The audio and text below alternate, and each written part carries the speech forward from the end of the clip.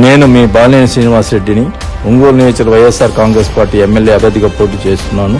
మీ ఆశీర్వాదంతో పలుమార్లు శాసనసభకు ఒంగోలు నుండి ప్రాతినిధ్యం వహించిన నేను నియోజకవర్గ అభివృద్ధి చిత్తశుద్దితో శక్తి వంచన లేకుండా పనిచేశాను. ఇల్లు లేని నిరుపేదలకు 25,000 మందికి ఇళ్ల పట్టాలు, 350 కోట్లతో అమృత పథకం కింద త్రాగునీటి సమస్య పరిష్కారం, కరోనా సమయంలో నియోజకవర్గ ప్రజలకు అందుబాటులో ఉండి రిమ్స్ హాస్పిటల్ నందు సొంత నిధులతో కోవిడ్ రోగులకు మెరుగైన వైద్య సదుపాయాలు, ఒంగోలు పట్టణంలో కోట్ల రూపాయలతో రోడ్లు మరియు కాలువల అభివృద్ధి, షాదీఖానా, కమ్యూనిటీ భవనాలు, వివిధ కులాల ఆరామ క్షేత్రాలు, ప్రభుత్వ భవనాలు, పాఠశాలల అభివృద్ధి, ప్రభుత్వ సార్వజనిక ఆసుపత్రి అభివృద్ధి, ఒంగోలు పట్టణంలో 20 పార్కుల అభివృద్ధి మరియు వీధి దీపాలు, డివైడర్ల నిర్మాణం, 65 కోట్ల రూపాయలతో ఒంగోలు పట్టణంలో అండర్ గ్రౌండ్ కేబుల్ పనులు చేయించడం జరిగింది.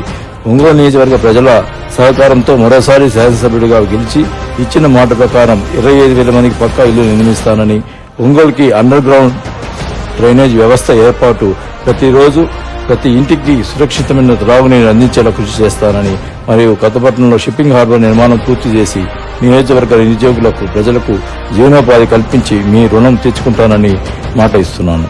ఇట్లు బాలినేని శ్రీనివాసరెడ్డి.